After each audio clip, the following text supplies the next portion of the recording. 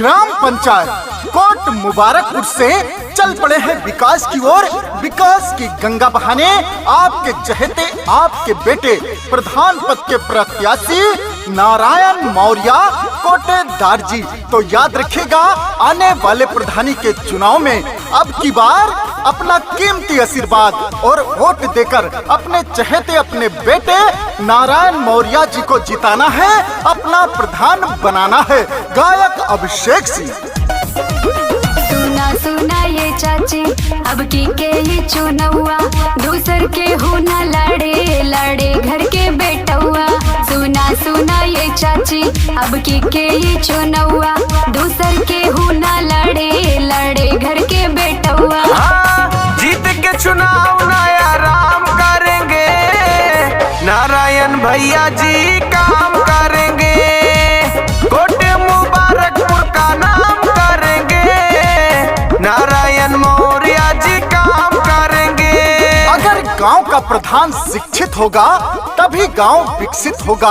तो याद रखेगा, आप ऐसा प्रधान चुने जिसकी थाने में चलती हो, कोर्ट कचहरी में चलती हो, ब्लॉक में चलती हो, जो आपकी बातों को सरकार तक पहुंचा सके। तो याद रखिए, ऐसे प्रत्याशी हैं आपके नारायण मौर्य कोटेदार जी। तो अब की बार नारायण मौर्य कोटेदार जी को जिताइए। दुखिया गरीबों का है ये चहेता, सुख दुख में साथ रहे घर का है बेटा, सुख दुख में साथ रहे घर का है बेटा।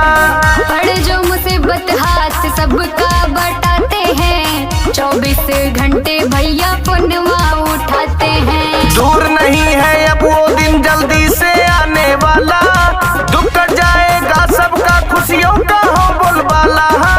जीत के चुनाव नया राम करेंगे, नारायण भैया जी काम करेंगे, कोट मुबारकपुर का नाम करेंगे, नारायण मौर्य जी काम करेंगे।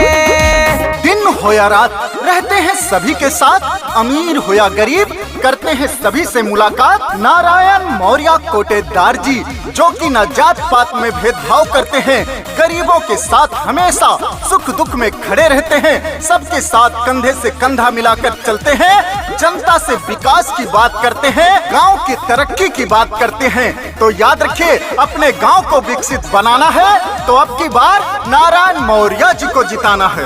नाली खड़ंजा यार सीसी बनवाएंगे, जीतेंगे भैया विकास करवाएंगे, जीतेंगे भैया विकास करवाएंगे। जो भी कहते हैं भैया करके दिखाते, इसलिए गौआ के शेर कहाते। गांव गांव में रोड बनेगा, बनेगी पक्की नाली, नारायण भैया जीतेंगे तो लाएंगे खुशहाली।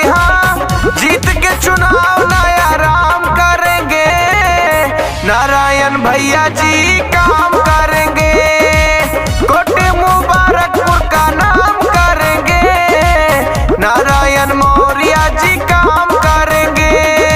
नारायण मौर्य जी का वादा है, जब मैं प्रधान बनूंगा तो अपने ग्राम पंचायत कोट मुबारकपुर में हर गली में पक्की सड़क होगी, पक्की नाली होगी, गरीबों को आवास दिया जाएगा, विधवा विकलांग वृद्धा पेंशन पात्रित व्यक्तियों तक पहुंचाया जाएगा, सरकारी सुविधा अपने गांव में आएगी, हर गरीब तक पहुंचेगी। तो याद रखिए मित्रों, सरकारी सुविधाओं का लाभ उठाना है, अपने गांव को आगे बढ़ाना है। तो अपना एक एक कीमती आशीर्वाद, कीमती मतदान अपने चहेते अपने बेटे नारायण मौर्य जी को देकर भारी बहुमत से विजयी बनाना है और अपना प्रधान चुनना है। तो याद रहे, एक ही नाम, नारायण मौर्य कोटेदार, ग्राम पंचायत कोट मुबारकपुर। हर माँ का बेटा बहनों के भाई, जनता की हक की ये लड़ते लड़ाई, जनता की हक की ये लड़ते लड़ाई। जो भी कहते हैं भैया करके दिखाते, इसलिए गौआ के शेर कहाते। अभिषेक सिंह हाथ जोड़ के सबसे यही ये कहते, भैया जी जनता के सेवक बन बैठे चाहते। जीत के चुनाव नया राम करेंगे, नारायण नारायण भैया जी काम करेंगे, कोट मुबारकपुर का नाम करेंगे। नारायण